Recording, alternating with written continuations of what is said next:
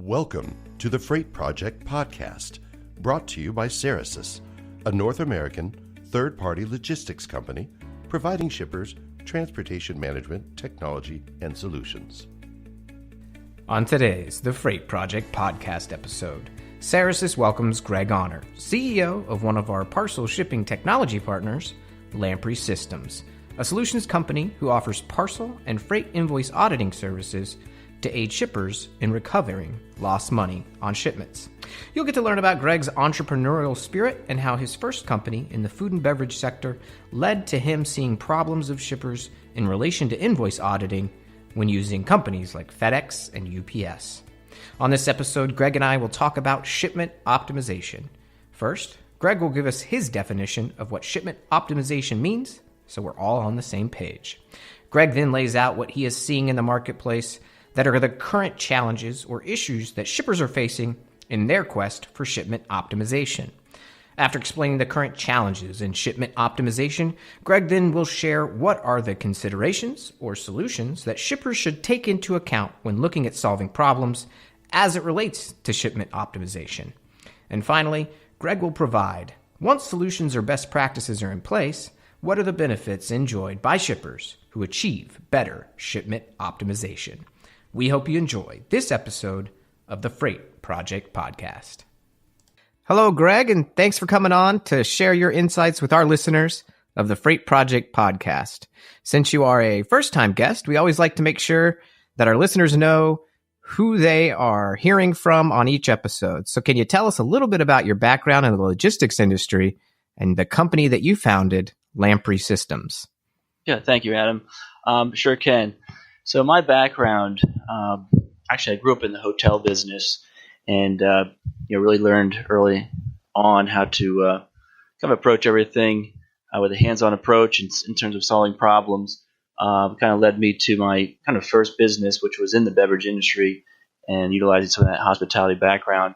Kind of addressed a data issue as well in the beverage industry is kind of what led me to the logistics industry. But the beverage industry obviously is dealing with a lot of data too, and we kind of developed a platform to link up the major hotels to and restaurants to the major wholesale distributors in terms of processing and purchasing products all over the country. I realized in kind of going into the logistics space that the FedEx and UPS customers were in need of kind of a technology approach as well as service to address many issues in their business. So, which led me to developing and founding Lamprey Systems to develop some small parcel audit technology and ways to deal with data from the major carriers, FedEx and UPS, and essentially not only save money through a small parcel audit in terms of finding anything from late packages to misbilled items, as well as dealing with their contracts and helping them get the best pricing from the carriers, as well as developing some reporting things and reporting tools. And basically that led, that was 18 years ago, and kind of led to kind of developing where we are today, and getting into more shipment optimization in terms of offering those types of services to all size clients, but mostly the enterprise and large volume shippers. Yeah, and that's a key word you hit on that, everybody in the logistics industry and anybody in business particularly is looking to do, and that's to optimize their business. Now, I think one of the things you really hit on and probably saw 18 years ago were that there are so many moving parts, especially in parcel shipping and at the enterprise level. There's the demands, that customers are putting on retailers as they are much more fickle. They have much more buying power than ever before because there are options out there. Amazon has had a big impact on customers' expectations. We want our packages yesterday.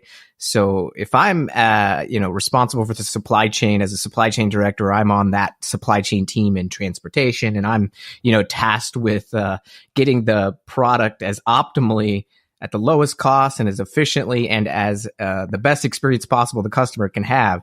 I'm tasked with a lot of work ahead of me. So we have you on today. You're a perfect guest to talk about optimization especially in that parcel world on the enterprise level. But as you know, in our industry, we have a ton of different definitions for different phrases, and what somebody calls parcel, someone else might call small package, right? So definitions are super important in this industry. So let's make sure we're on the same page and we frame today's conversation very well. How do you define shipment optimization, Greg? And could you share that with our audience so that they, understand where you're coming from?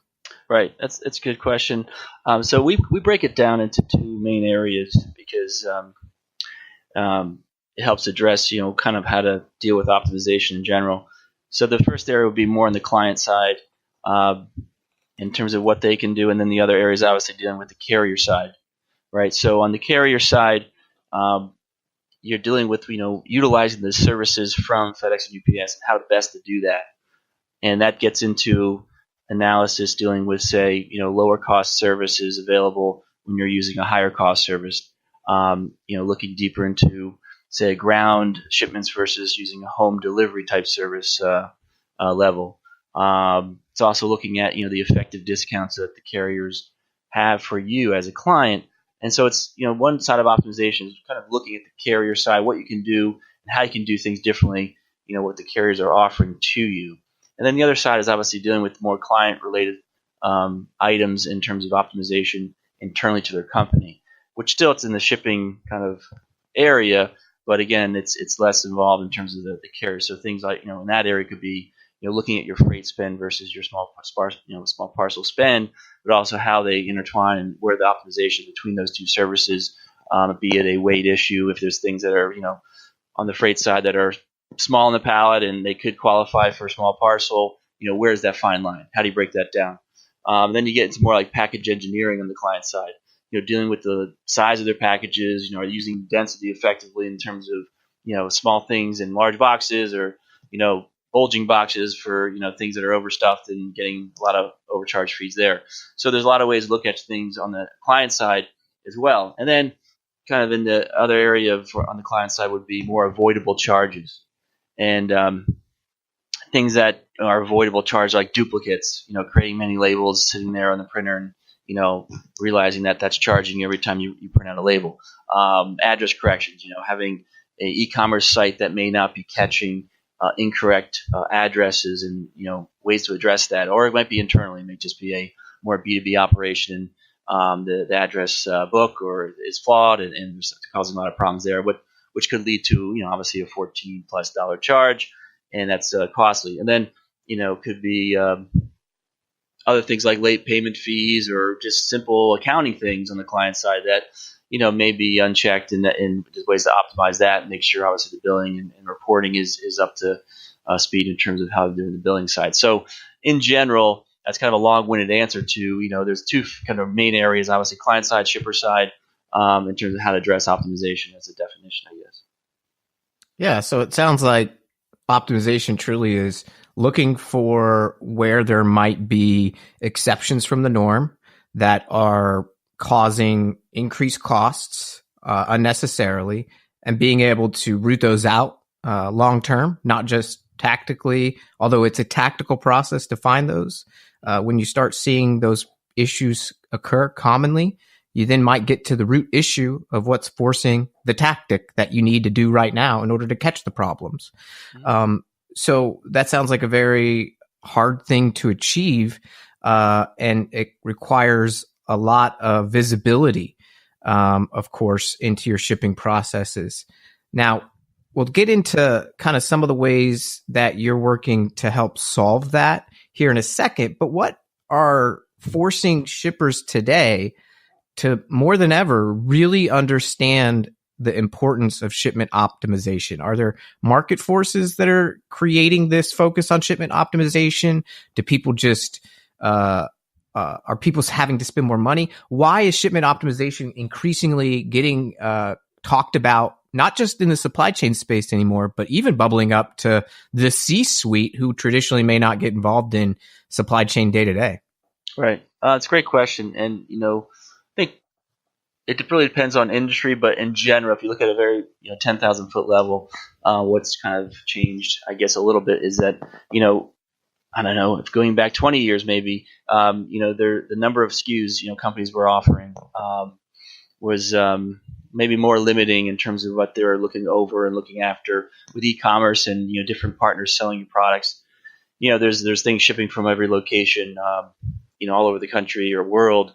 And so you have a lot of these challenges where there's a lot of SKUs, there's a lot of different moving parts, and there's a lot of growth, right? And kind of peaks and valleys, seasonality, all those factors and company changes go into, a kind of ripe environment to have a lot of things, going up and down and moving around. So the best way to track that is looking at more from an analytical perspective and having the right tools, and that'll get into kind of, another area, which is, what do you really need to do this? But there's so much change going on. There's a lot of abrupt growth that if you don't have the right pieces in place from a monitoring analytics, you're going to miss these things, and that could be way too late. It could be a huge cost overrun, or it could be a service issue. A lot of people think optimization is just about cost. There's a lot of things with this service or getting products to the client on time or effectively. You could be shipping out of a warehouse in the wintertime that is getting hit with weather every single year. And unless you're really looking at the data and saying, wow, I didn't realize that 80% of our packages are weather affected. Well, it might be time to look at a different location to ship out your packages in the wintertime because now your clients are being affected, and then they might go to another provider based on the previous experience of not getting their packages. And it could not, again, these are just some areas that, again, there's a lot of things to look at, and I guess maybe the other side of it is there's more technology today that makes, the opportunity to look at a lot of large data sets in a way that can help you maximize costs. So maybe in the past, there's also situations where they just may not have had the tools to do effective shipment optimization. Yeah, so it sounds like the driver of, folks, it's twofold. It's market forces, SKU proliferation, the obvious quest for any person to do in their life and in business to save money, but also that second driver that maybe those desires were there all along, but the tools or solutions perhaps weren't in place. And so you talk about technology and how important that is to really ferret out those problems and be able to actually see them, get data so you can see recurring issues that may, hint at an actionable insight you can take to root that problem out permanently, or at least with greater consistency. So what are those, technology solutions that exist today that you're working with at Lamprey with your enterprise clients to help them optimize their overall shipping practices? Right. Well, from just a data perspective, there's a lot of clients we talk to that, obviously have, deep benches in terms of logistics professionals, access to data from the carriers and those types of things, and, relative, sophisticated, I guess, tools internally to kind of run some analysis. The problem we see is that, it's kind of one-dimensional data that you're going to get from the carrier. There's not much they're adding to it from a standpoint of the life of a shipment. So I like to look at that and address what is the life of a shipment. So if you get a billing file or some static file from FedEx or UPS, you're going to have the basic here's the rate, here's what was charged, here's the service that was used, here's the weight of the package, here's the dimensions. Pretty much a one-dimensional look at the package. But the life of the package is different. It's like kind of seeing a picture of somebody.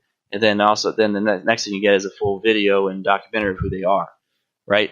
So we provide that documentary of who they are, what the package, what happened to the package, what happened from point A, point B, who touched it, where it went, where it stopped, what weather hit it, did it get struck by lightning, etc. So that whole story is a big component of the data that goes into what we do. So if you were to ask UPS or FedEx, hey, could you tell me how many times my one package was, my packages were affected by weather 2 years ago? They don't even have access to that information. That's a carrier.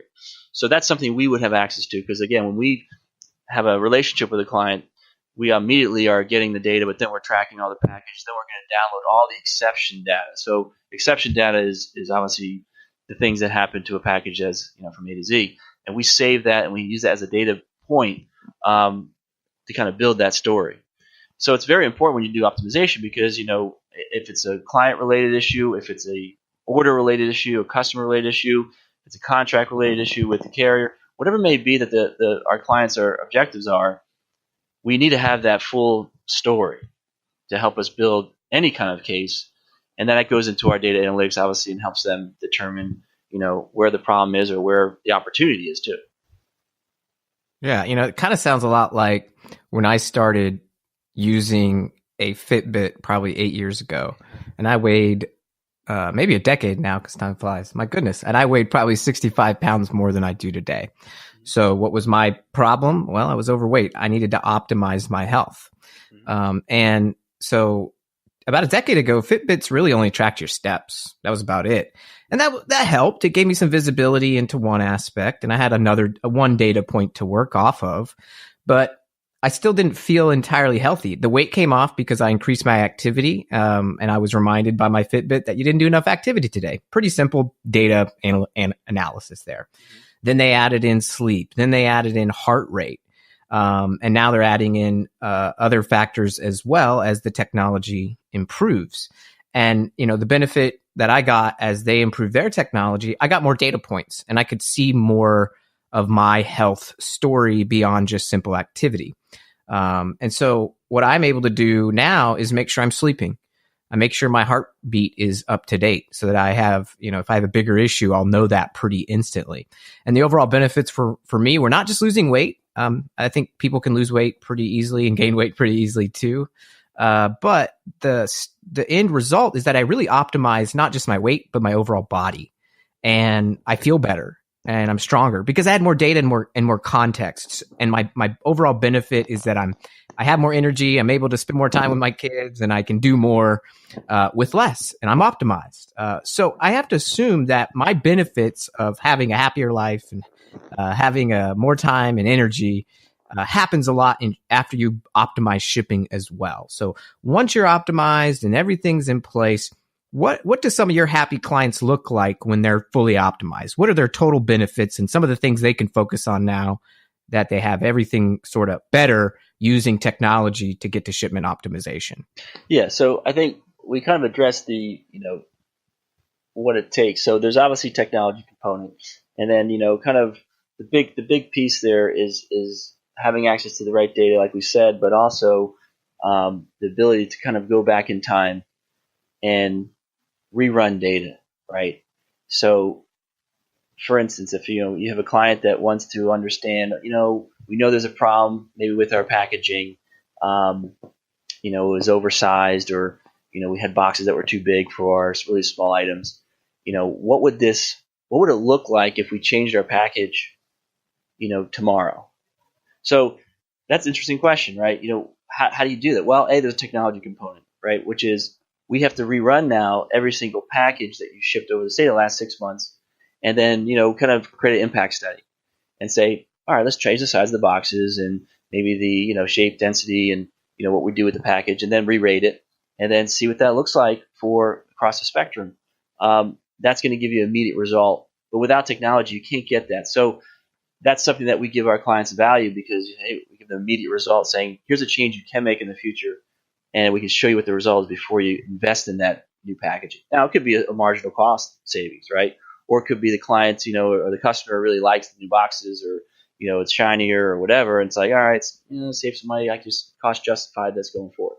So there's a technology component there. But then what I always tell people is that even in, like you mentioned, like a personal issue or, with weight gain or things like that, or, those kind of things, there's goals you set, right?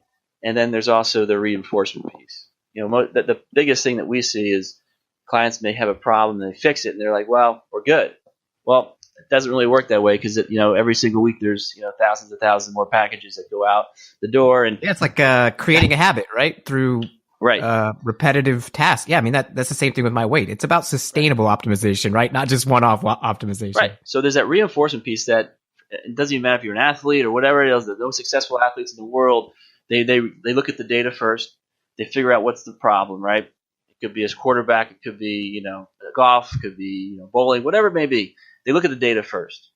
They analyze the data, right? And there's a lot of technology to do that today in sports too. and they say, all right, here's what I'm doing wrong, and then here's what I have to do right, and that's going to require practice and reinforcement of the right data, right? Same thing here. You see what you're doing wrong. You see the problem. That's identification first, and then you have put the plan in place. Okay, what is the plan? Okay, here's the plan, but then there's positive reinforcement. So in a sport, you have, obviously the data says, oh, that's a good hit. In logistics, it's, oh, here's the plan. Here's what's worked. Maybe it's a cost point. Costs have come down. This is our client retention is better. Whatever that may be, there's other goals there that they set that they're trying to hit. But the key is the plan. So athletes have plans. Logistic professionals need a plan, and then you obviously constantly need to monitor that plan, and that's a reinforcement piece. So we try to set up not only, okay, let's identify the problem, let's develop a plan of action, but then have the reinforcement piece, which is all that reporting that's tailored to each client. So again, back to that deep bench that a lot of companies that we talk to have already. It's really, they're only as good as, A, they have the technology to identify the problems, which again is limitation there. B, do they have the right plan in place? And C, are they reinforcing that plan? So our job is to be kind of that coach, right? We're that kind of athlete's coach saying, all right, here's all the pieces. We're going to meet with you monthly, quarterly, depending on what your scale is, and go over the plan and make sure you're reinforcing the plan, and then give you the new data points and talk through it, develop the new plan for the next quarter. So it's very similar, I guess, in terms of athletics and versus logistics. It kind of goes hand in hand. Well, and I got to tell you, I think 10 years from now, I'm not sure any job won't be data-based or have some sort of either sensor or piece of technology that tells you the full story, that gives you the context. And in, specific to large enterprises that are shipping, like you said, thousands of parcel shipments, maybe daily, they're going to need, as much data points as they can gather to tell that full story in order to get to the holy grail of shipment optimization. And just like we're trying to do at Cerasis with our core on less than truckload shipping, and optimize and create as much problem-free shipping for those shippers as possible using more efficient technology and data. That's why we partnered with you guys over at Lamprey, for parcel invoice auditing. Our shipper customers have those needs of parcel shipping. The future customers we're going to bring on will need that data to get to shipment optimization. So in short, Greg, thanks for being on the Freight Project podcast today. Really enjoyed your insights. Thanks for being such a great Cerasis partner as we try to help the world's shippers optimize as fully as possible. All right. Well, thank you. Thanks for having me on. All right. Take care. Take care.